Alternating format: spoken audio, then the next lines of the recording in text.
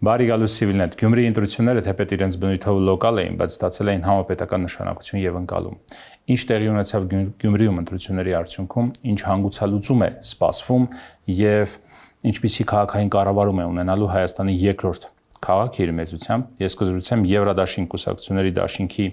քաղաքապետի թեկնածու Լևոն Բարսեղյանի հետ։ Բարև ձեզ։ Բարև։ Շնորհակալ եմ, պարոն Բարսեղյան, որ հյուրընկալել եք մեզ։ Պարոն Բարսեղյան, մինչև հարցազրույցին անցնել, այսինքն մինչ հարցազրույցին ենք մենք պատրաստվում, դուք ձեզ մոտ գիրք վերցրեցիք, Ղազարոս Աղայանի, եթե չեմ սխալվում, հեքիաթներ գիրքն է եւ որոշեցիք ձեզ մոտ պահել հարցազրույցի ընթացքում, ինչու՞։ Գրքերն էի դասավորում երբ եկաք Ղազարոս Աղայանի հեքիաթները, Գյուլնաստադի հեքիաթը, որի մասին բոլորը խոսում են պարբերաբար եւ շատերը չեն կարդացել այս հեքիաթը, ընդամենը 3 էջ է։ Հա, շատ խրատական է ընդհանրապես ընտրությունների ժամանակ մեզանում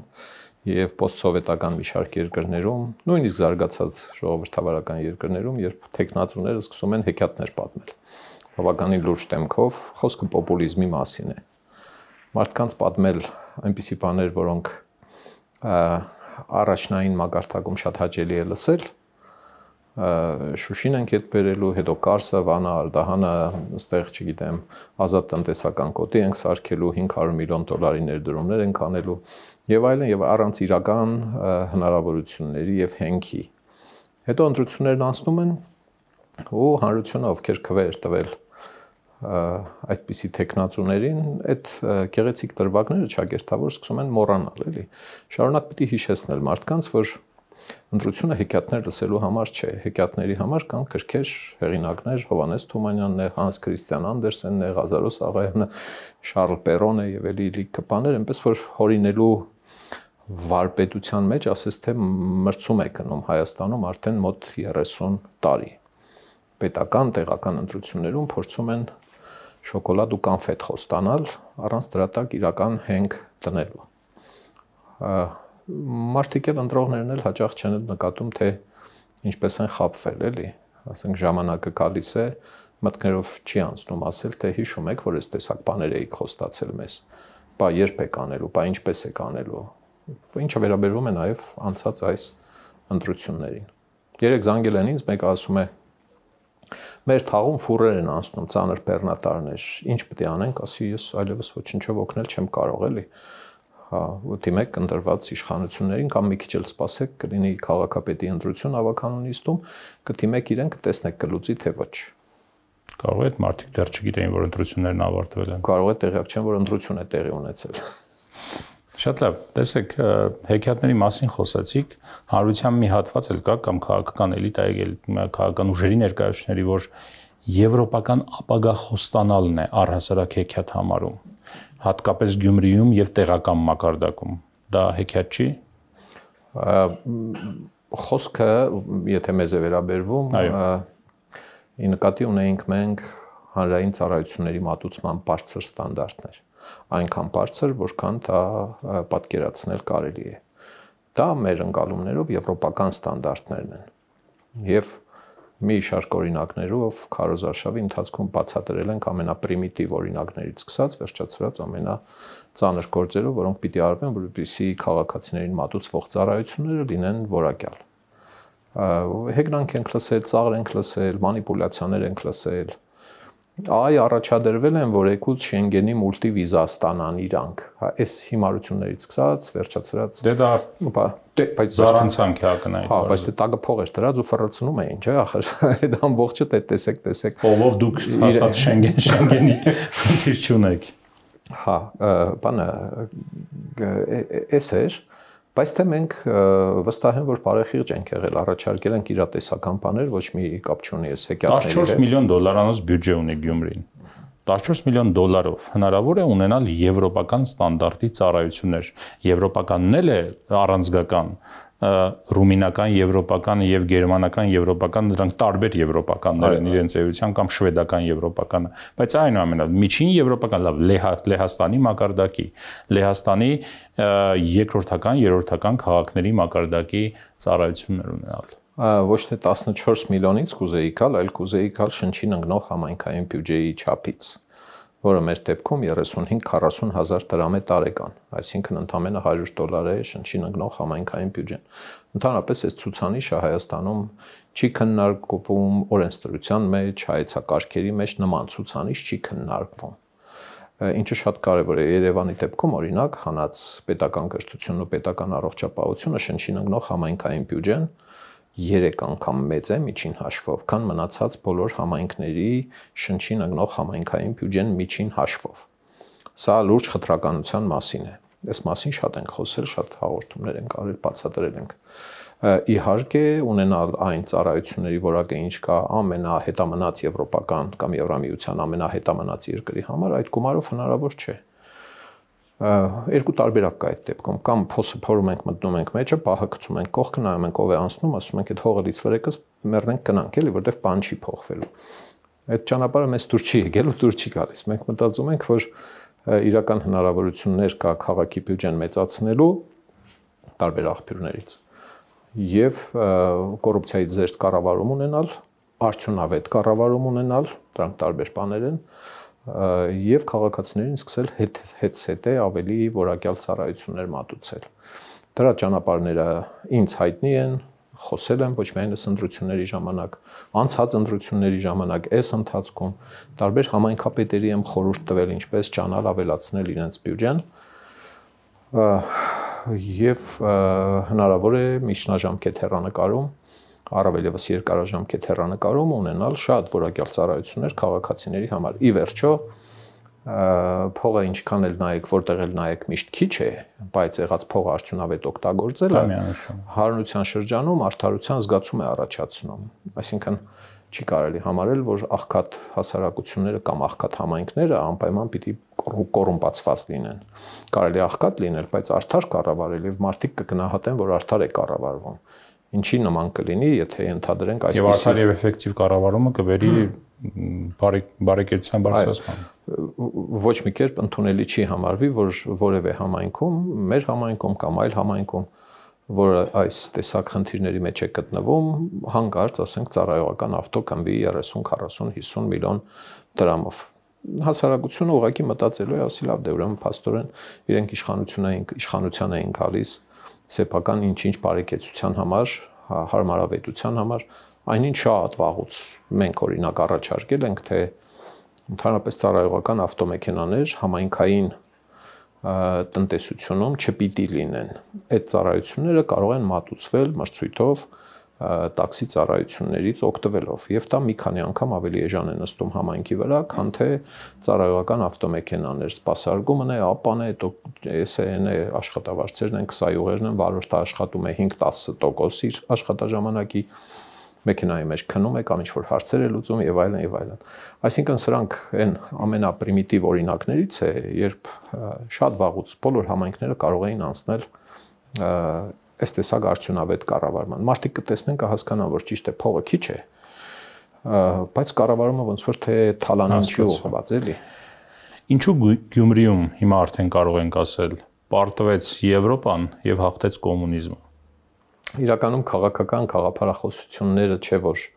մրցել են Գյումրիում եւ այդպես լինում է գրեթե բոլոր համայնքներում, ավելի շատ անձերի ազդեցությունն է եղել, անձերի արժե համակարգը, այդ արժե համակարգին նվիրված մարդկանց քանակը։ Այսպես կոչված հաղթողները կամ հարաբերական մեծամասնություն ստացած տեխնացուները, եթե հանդես կային այլ կուսակցությունների անուններով, գումարած են հանգամանքները, որ կային իրենց օգնող, դա վարչական ռեսուրսներ, դա անդրակաշարքն է եւ մի շարք ուրիշ գործոններ, կապ չեր ունենա, թե ինչ քաղաքական ուժի առաջին համարն են իրենք, չլիներ, ասենք, կոմունիստական կուսակցություն, լիներ, չգիտեմ, սոցիալ-դեմոկրատական կուսակցություն։ Այնպես որ սա Վարդան Ղուկասյանը եթե օրինակի համար, այո, առաջադրվեր սոցիալ-դեմոկրատական կուսակցություն, մոտավորապես նույնքան ձայն կհավաքեր։ Ցանկացած որևէ կուսակցության հետ իր անձնական արժե համակարգին հավատարիմ մարդկանց քվեներն էին կստացել։ Ես շատ եմ կասկածում, թե մարդիկ ասել են վախ վերջապես կոմունիստները ետ են գալու, կալբասը դառնալու է 3.20, արաղը չգիտեմ ինչքան եւ այլն։ Բայց մենք երբ գյումրեցիներին հարցնում էինք, այսինքն նաեւ լրատվամիջոցները, այլ շատ գյումրեցիներ, հատկապես տարեցները, ասում էին լավ Գյումրի եմ ուզում, հին Գյումրին եմ ուզում, այսինքն սովետի ժամանակվա Գյումրին եմ ուզում, մոտավորապես տենց մի բան էին ասում։ որպեսզի փակեմ այս խոսակցությունը, հիշեցնեմ 21 թվականի կոմունիստական կուսակցության այստեղ հավաքած քվեները 320 քվե է հավաքել 21 թվականին կոմունիստական կուսակցությունը այստեղ առաջին համարը չեմ էլ հիշում ով էր ճիշտն ասած հա տեսեք ինչպես եղավ որ ասենք կրկնակ երակի 30-ապատիկ ավելի քվե ստացավ կոմունիստական կուսակցությունը 3.5 տարվա տարբերությամբ հասկանալի է որ կոնկրետ առաջին համարի արժե համակարգի հանգամանքով է պայմանավորված այդ քվեների հիմա որ 2 օր նորից ընտրություններ լինեն եւ Ղուկասյան Վարդանը չլինի կոմունիստական կուսակցության առաջին համար էլի 320 քվե են ստանալու կամ գուցե ավելի քիչ աշխարհակահական գործոններ իրենց ազդեցություն ունեցան Գյումրիում թե չէ աշխարհակահական նկատի ունեմ ինքը լոկալ ընտրություններ իհարկե, բայց դիսկուրսը դրա շուրջ կարծես մի մասը այսպես դեպի Ռուսաստան գնալու կողմնակիցներ էին, չգիտեմ, խոսում էին այնպիսի բաներից, որոնք ընդհանրապես տեղական ընտրությունների ծիրում եւ տիրույթում չէին, բայց խոսում էին Բերլին գրավելու, չգիտեմ, Ռուսաստանի հետ սերտ հարաբերությունների մասին, կարծես համայնքապետն է դա որոշում Ռուսաստանի հետ սերտ հարաբերություն պետք է ունենալ, կամ դեպի Եվրոպա դուր բացել չբացելու մասին, դա էլ ձեր մասով Բերլինը մոռացել էի, հա։ Բանը, ուրեմն ոչ թե աշխարհակաղակական համատեքստի, այլ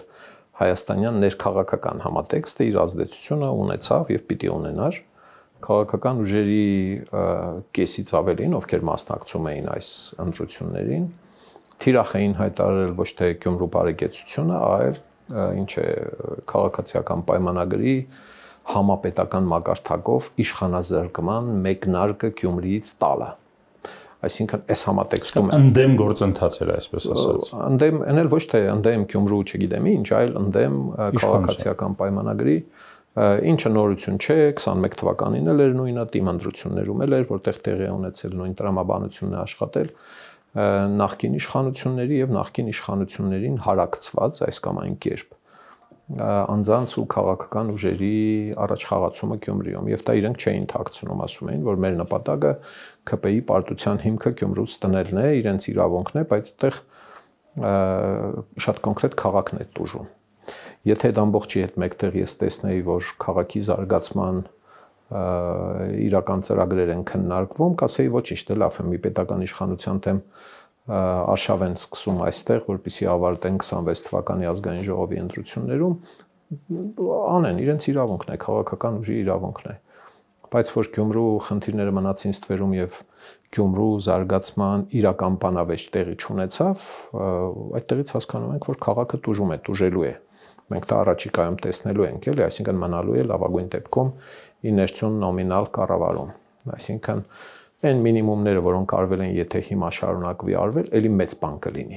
Այսինքն կոնե պահպանվի քաղաքացիներին ծառայություններ մատուցելու այն որակն ու տեմպը, ինչ եղել է նախկինում, որը բավարար չի եղել։ Կոնե դա պահպանվի, լուրջ եմ ասում, դա հակին մեծ բան պիտի լինի։ Ինչ կառավարում է հիմա սպասում Գյումրիին, եթե լինի այնպես, ինչպես որ հայտարարվել է, 3 քաղաքական ուժեր ապահովելու են անհրաժեշտ տվյալ դեպքում Մարտուն Գրիգորյանի ղեկավարած միանալով կոմունիստներին ապահովելու են անհրաժեշտ քվե, որպեսզի Վարդան Ղուկասյանը դառնա քաղաքապետ, ընտրվի քաղաքապետ, բայց այնուամենայնիվ չեն միանալու որպես կոալիցիա այդ ուժին եւ չեն ցանկանում նրա հետ կիսել պատասխանատվությունը, հա։ Այս առումով ինչ կառավարում է սպասում Գյումրիին, Վարդան Ղուկասյանին տվյալ պարագայում, որովհետեւ ինքներդ եղել եք նաեւ ավականի եւ գիտեք ինչպես է կառավարվում քաղաքը եւ ինչ սպասել։ Ընդհանրապես քաղաքական որակյալ կոալիցիաներ Հայաստանում ես չեմ հիշում, որոնք լինեն գաղափարների շուրջ համախմբված։ Լավագույն դեպքում կոալիցիան արտահայտվել է պաշտոններ կիսելու, պաշտոններ բաժանելու բանակցությունների շուրջ, այնինչ իսկական քաղաքական որակը պիտի լիներ գաղափարների կամ ծրագրերի կամ նախընտրական ծրագրերի համադրումն ու փոխզիջումը։ Հիմա ելնելով այն գլխավոր նպատակից, որը հայտարարել էին ավականու կազմ մտած քաղաքական ուժերը բացառությամբ քաղաքացիական պայմանագրի, այն է զրկել քաղաքացիական պայմանագրին իշխանությունից, այստեղ թույլ չտալ կա իշխանության եւ համապետական մասշտաբով զարգացնել այդ հաջողությունը իրենց ընկալումներով մինչեւ 26 թվականի խորհրդարանական ընտրություններ, այս ուժերը այդ մինիմումն են անելու եւ մինիմումն են խոստացել։ Իշխանազրկումը քաղաքապետ դարձնել մարդու, որը ԿՊ-ի չէ։ Եվ հավանաբար կդարձնեն ամսի 16-ին այդ քվեարկությունը կլինի։ Ես կարծում եմ, որ ավականու անդամների ընդհանուր թվի կեսից ավելիով չի ընտրվելու Վարդան Ղուկասյան,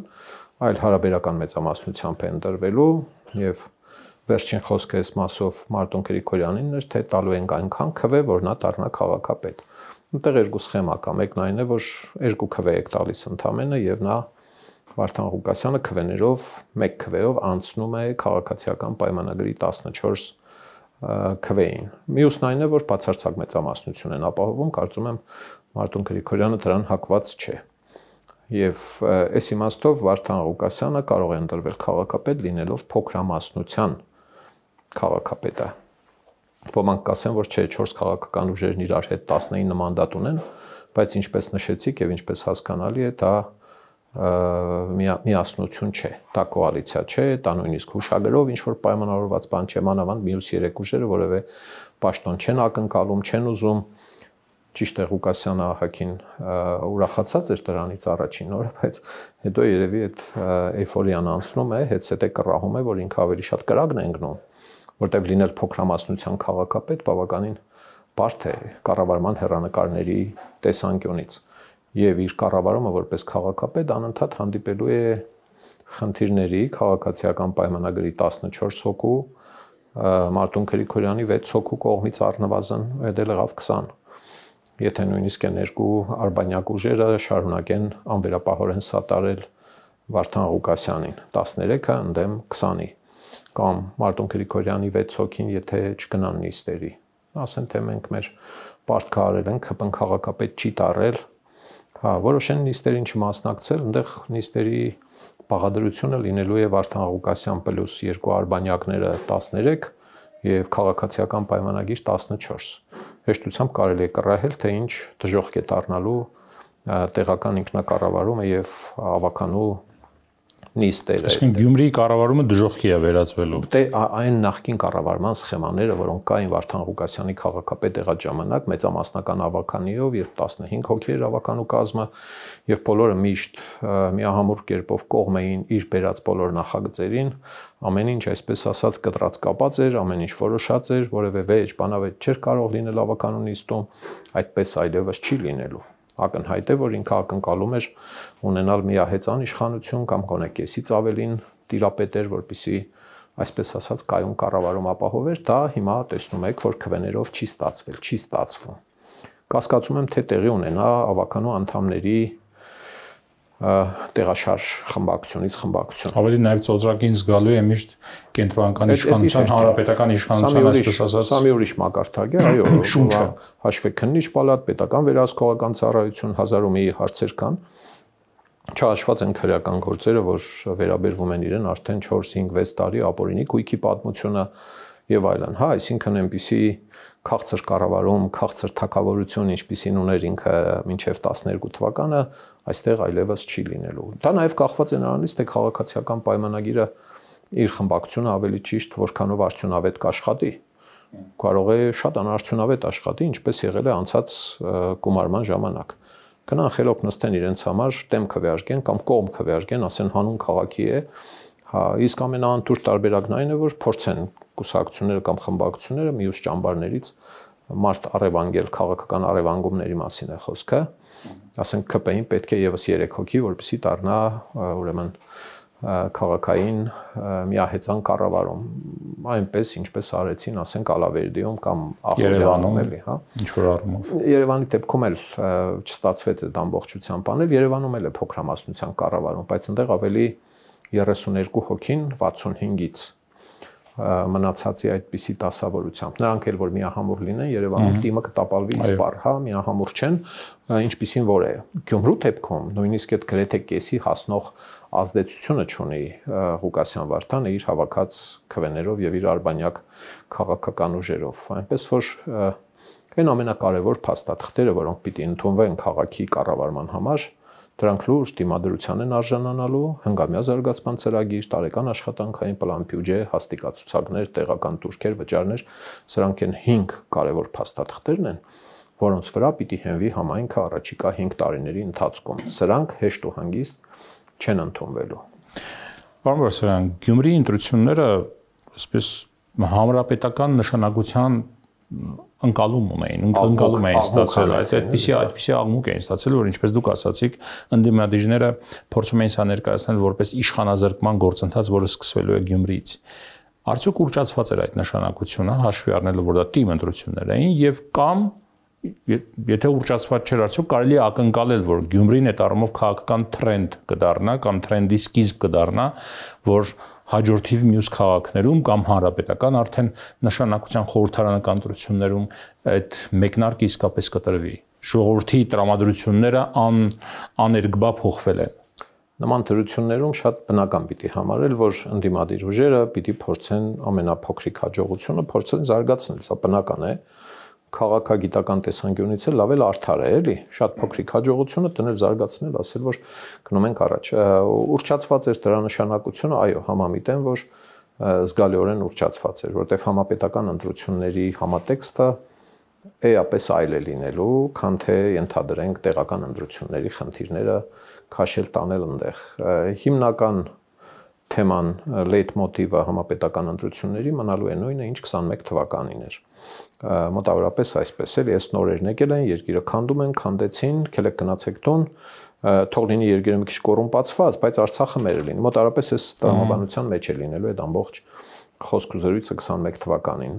Ուրիշ համայնքներում էլ, եթե ինչ-որ մի հաջողություն կա գրանցված ընդդիմության կողմից կամ տեղական ընդդիմությունների կողմից, որտեղ համայնքապետարաններ կան, համայնքապետեր եւ ավականիներ կան, որոնք նախկինների իշխանության հետ անմիջական կապի մեջ չլինելով, տեղում ունենալով հեղինակություն ազդեցություն, հասցրեցին գրանցել կուսակցություններ եւ դրանցով մասնակցել տեղական ընտրություններին, գրավելով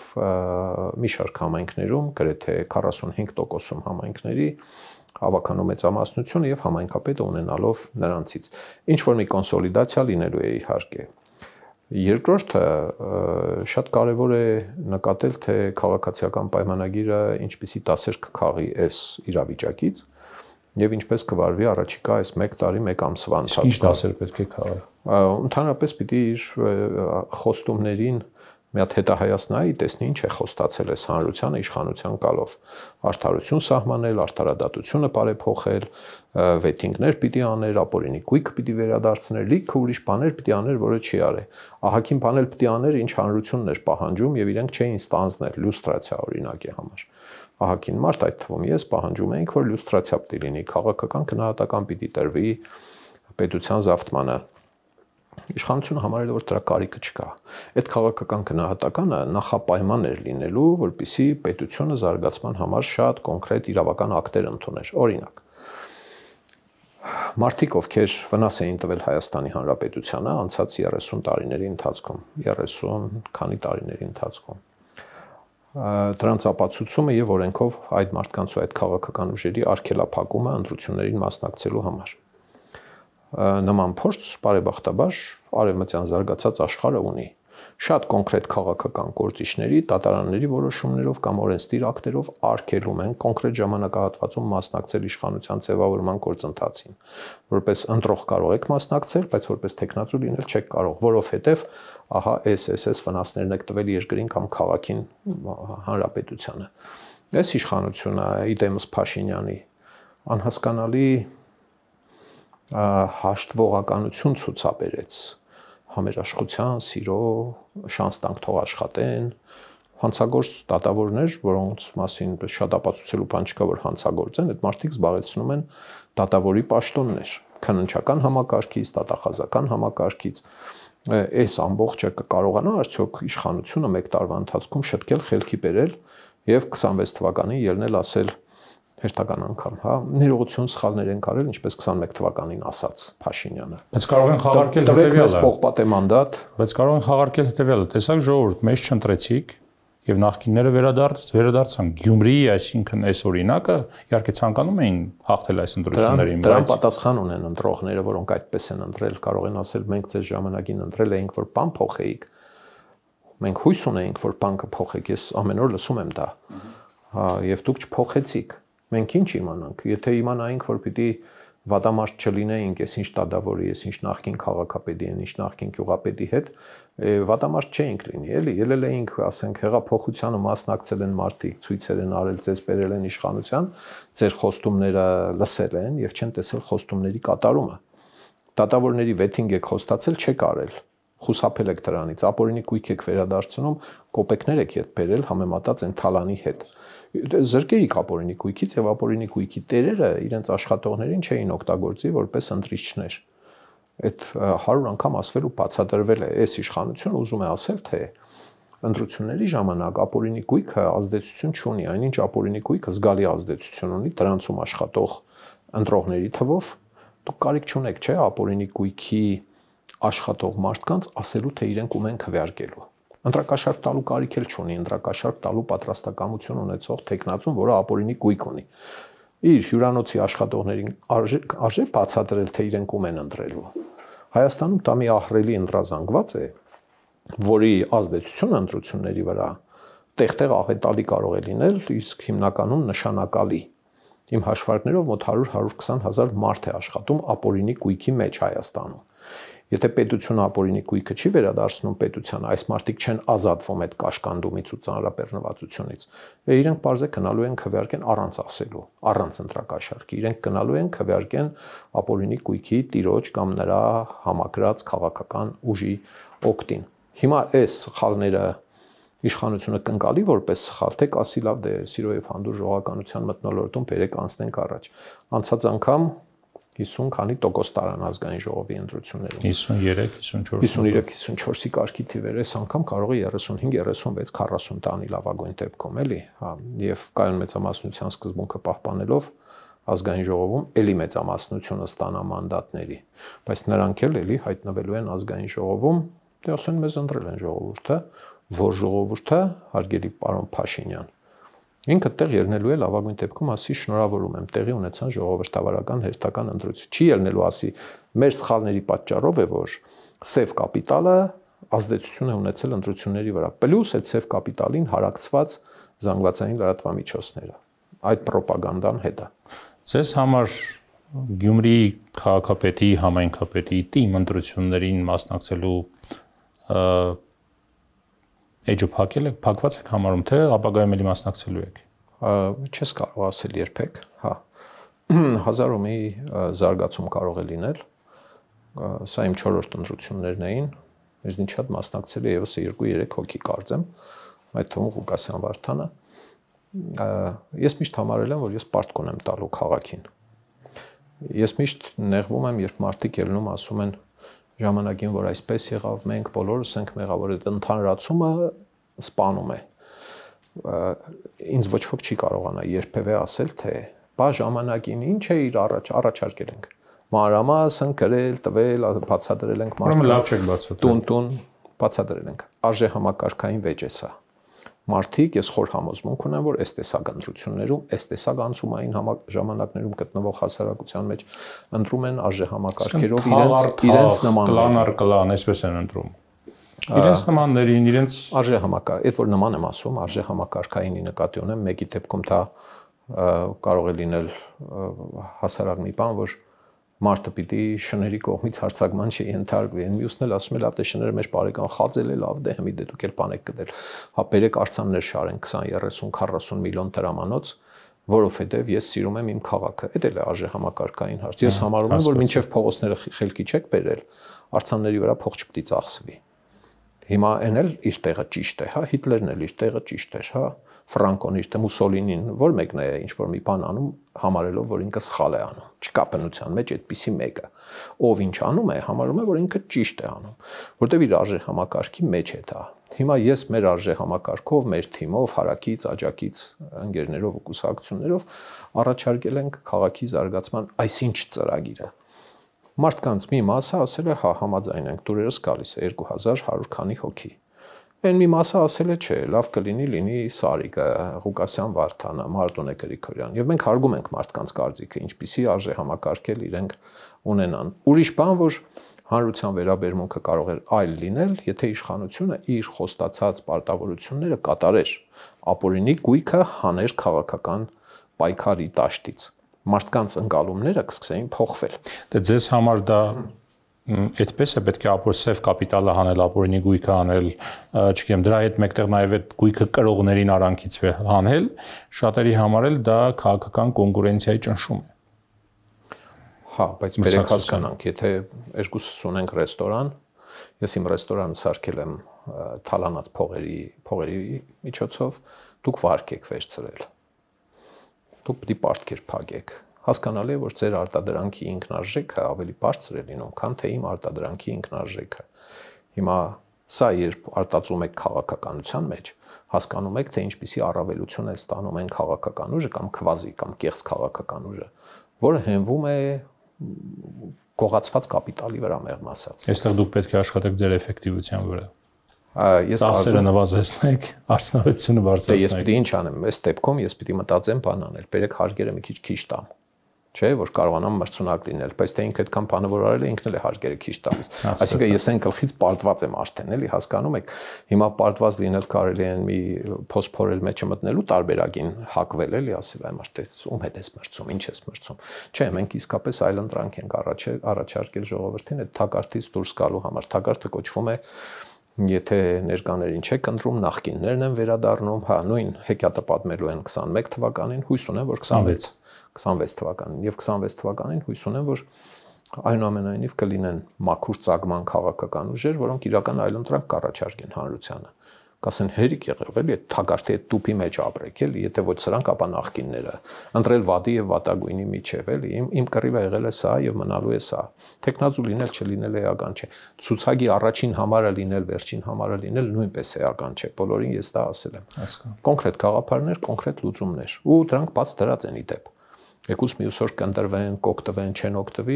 իրենց իրավունքն է, էլի չենք գնալու խնդրենք լավ։ Դե Վարդան Ղուկասյանը ասում է, ես բաց եմ քննարկումների համար, կարող են իրենց ծրագիրները վերցնել, գալ եւ իմ հետ քննարկել, եթե ինչ որ լավ ծրագիր կա, անպայման դրան տեղ կտրվի։ Գնալու եք քննարկման հետ։ Բաց հրապարակային տրված են, եթե ինքը շահագրգիռ քաղաքապետ է լինելու, իր աշխատողներին կարող է ասել, հələ մի հատ գնացեք այդ 9-8 քաղաքական ուժերի ծրագրերը հավաքեք, բերեք, դրեք կամ վերլուծեք, բերեք, ասեք, սա եղնող է անենք, սա եղնող չէ չանենք։ Հիմա ինչ անենք, այդ բացի այն որ հրապարակել ենք, ռադիոյի պես խոսել ենք, բացատրել ենք, մի հատ դեպի առնենք գնանք մոդը այն մարդու, որը ֆաշիստական հայտարարություններ է անում, ու ներողություն չի խնդրում։ Իսկ կարելի է որ ինքը ֆայմի էլի կողքից հուշեն, ասեն, ախպեր կոնե ել ասա մի քիչ տաք էի էլի։ Հա, ֆաշիստական բաներ եմ ասել, էլի տերդեր կյուլելու մասին, կանանց մասին, էս կոմենկոմ։ Այդ մարդու հետ պատկերացնում եք, որ կարելի է նստել լուրջ խոսել։ Ես չեմ պատկեր։ Այդ ժամանակին խոսել ենք, 1000 ու մի առաջարկ ու խորհուրդ ենք տվել։ Չի օգնել։ Չի օգնել, դրա համար որոշել ենք դառնալ ավականու անդամ։ Շնորհակալություն։ Ես էլ եմ շնորհակալ։